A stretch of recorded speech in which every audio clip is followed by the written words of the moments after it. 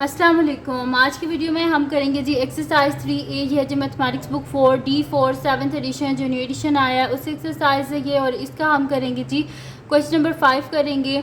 और chapter name है probability of combined events, और यहाँ पर ये पेज नंबर 47 पे है। क्वेश्चन नंबर 5 एक्सरसाइज 3A का, ये मैं आपको करवाऊँगी, जिसमें हमारे पास गिवन है कि 6 कार्ड्स हैं हमारे पास जिनके ऊपर नंबर 0 से लेके 5 तक है। उनको एक बॉक्स के बीच में डाला गया है और उसके बाद वेल मिक्स किया गया है, और उसके बाद एक कार्ड निकाला गया और उसके नंबर को नोट कर लिया गया है। फिर उसको दोबारा उस बॉक्स के बीच में डाल के फिर दोबारा मिक्स करके एक और कार्ड निकाला गया है और उसका नंबर नोट कर लिया। तो जो पहला नोटेड नंबर था वो और जो अब नोट किया नंबर, उन दोनों को ऐड करने से हमारे पास रिज़ल्ट आएगा।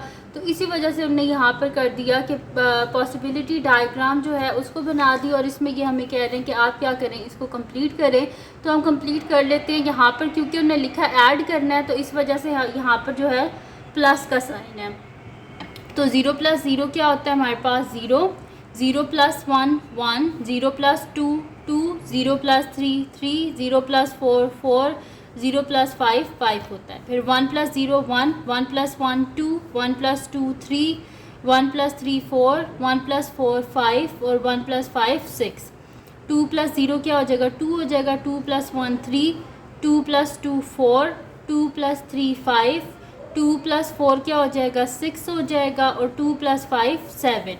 फिर 3 + 0 3, 3 + 1 4, 3 + 2 5 हो जाएगा, 3 + 3 क्या हो जाएगा 6 हो जाएगा, 3 + 4 7 और 3 + 5 क्या हो जाएगा 8 हो जाएगा। 4 + 0 4, 4 + 1 5, 4 + 2 6, 4 + 3 7, 4 + 4 8 और 4 + 5 क्या हो जाएगा 9 हो जाएगा। 5 + 0 5, 5 + 1 6, 5 + 2 7, 5 + 3 8, 5 + 4 9 और 5 + 5 क्या हो जाएगा 10 हो जाएगा। ठीक है, इनको इस तरह ऐड करते गए हैं ऐसे ऐसे। ठीक है, 1 + 1 2, 1 + 2 3, 1 + 3 4, 1 + 4 5। ठीक है, इस तरह देखें, ये इसके ऊपर क्या नंबर आ रहा है 3, तो 1 + 3 4।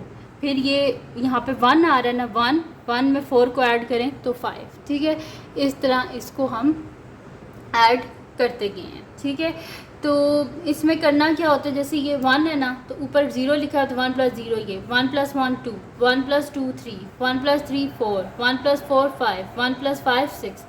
2 में भी 0 से लेके 5 तक ऐड कर लेंगे, इसी तरह 3 में भी 0 से लेके 5 तक ऐड कर लेंगे, 4 में भी 0 से लेके 5 तक ऐड, इसी तरह 5 में भी 0 से लेके 5 तक हमने ऐड कर दिया। अब देखते हैं आगे हमने करना क्या है।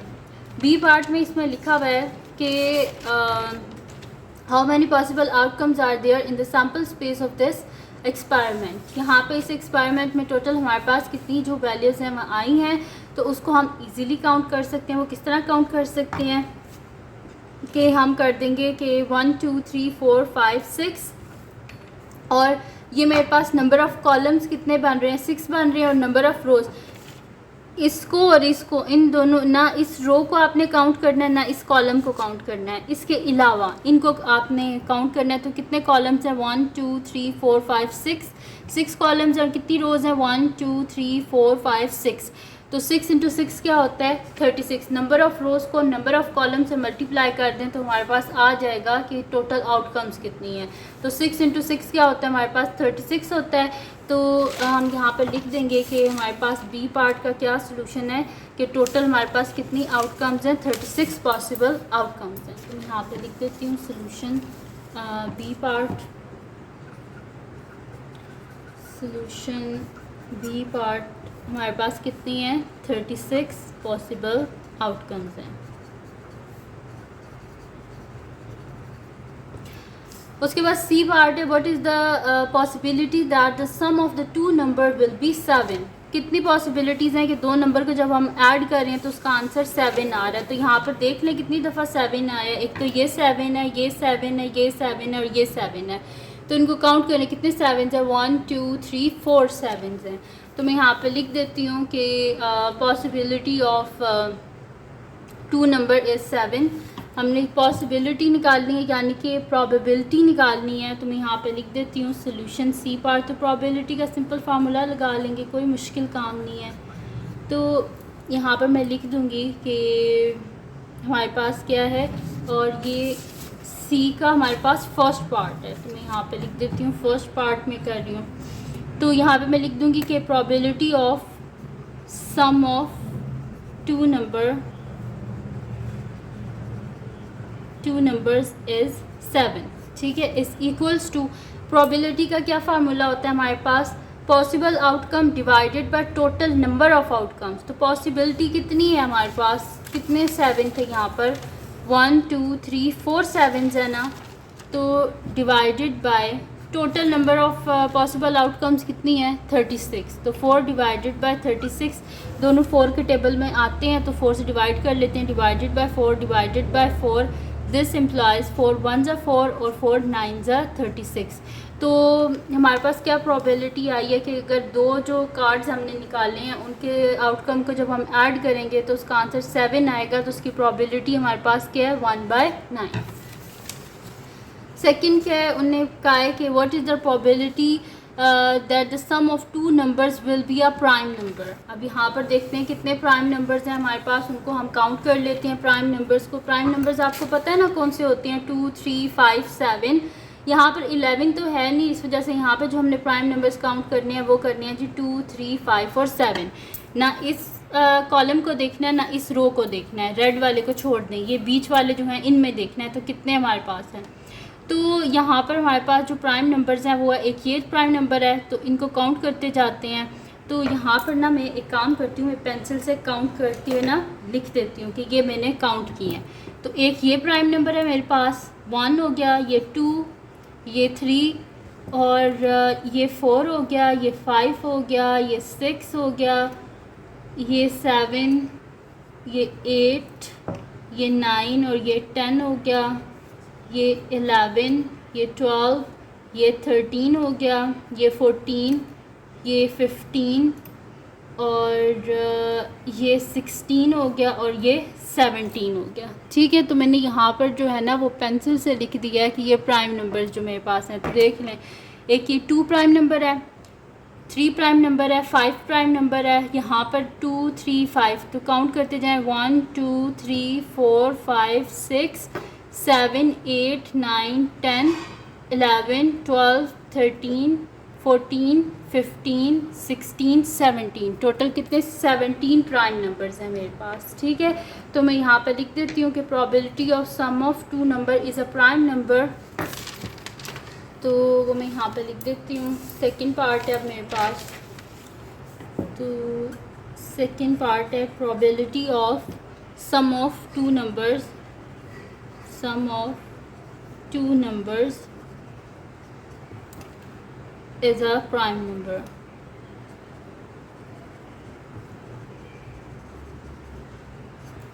इज इक्वल्स टू, हमारे पास कितने थे प्राइम नंबर 17 थे और टोटल पॉसिबल आउटकम्स कितनी है 36। 17 और 36 एक टेबल में तो आते नहीं हैं, इस वजह से हमारे पास ये इसकी प्रोबेबिलिटी है।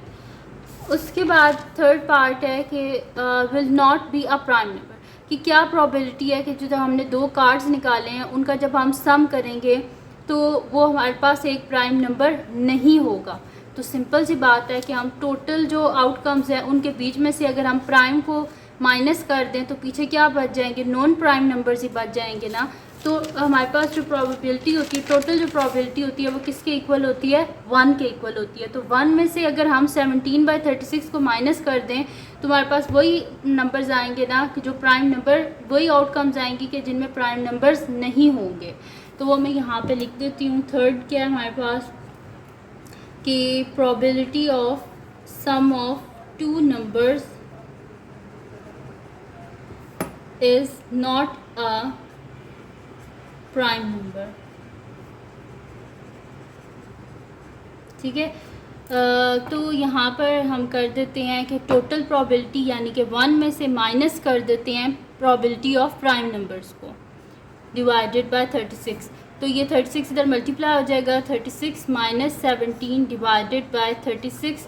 तो 36 में से हम जब माइनस करेंगे 17 को तो मेरे पास क्या आ जाएगा, 16 में से 7 को माइनस करें तो 9 और 2 बच जाएगा, 2 में से 1 गए तो 1, 19/36। यानी कि हमारे पास क्या आया है कि probability of sum of two numbers is not a prime number. क्या आया है हमारे पास 19/36 में लिख भी देती हूँ कि probability of sum of two numbers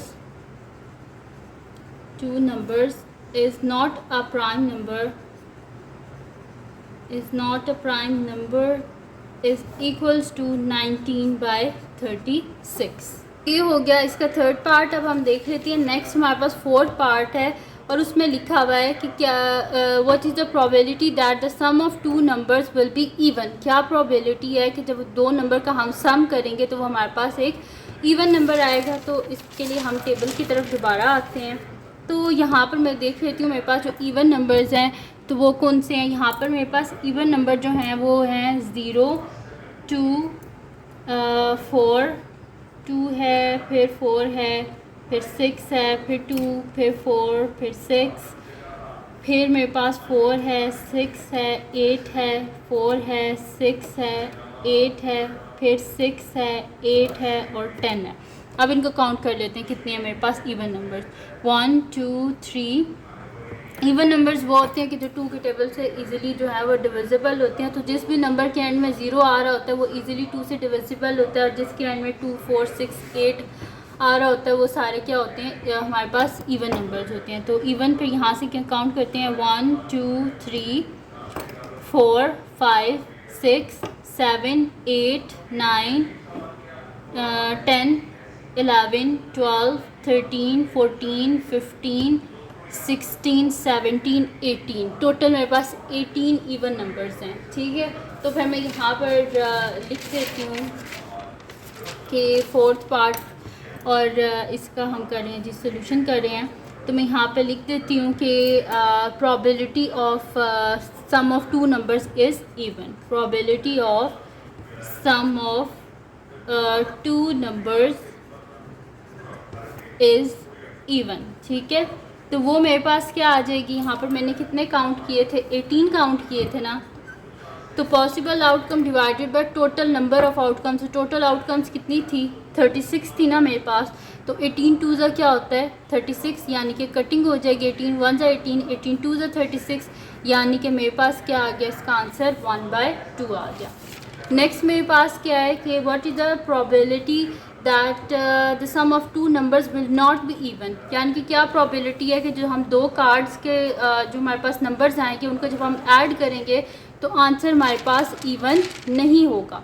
तो उसमें हम क्या करेंगे 1 में से इसको माइनस कर देंगे। तो मैं यहाँ पे लिख देती हूँ फिफ्थ पार्ट का सॉल्यूशन और मैं यहाँ पे लिख दूँगी कि probability of sum of two numbers is not even. तो यहाँ पे मेरे पास क्या आ जाएगा इसका कि 1 माइनस हम क्या करेंगे कि टोटल प्रोबेबिलिटी में से हम इवन नंबर्स को अगर माइनस कर दें तो हमारे पास वही आएंगे ना नंबर्स जो इवन नहीं हैं।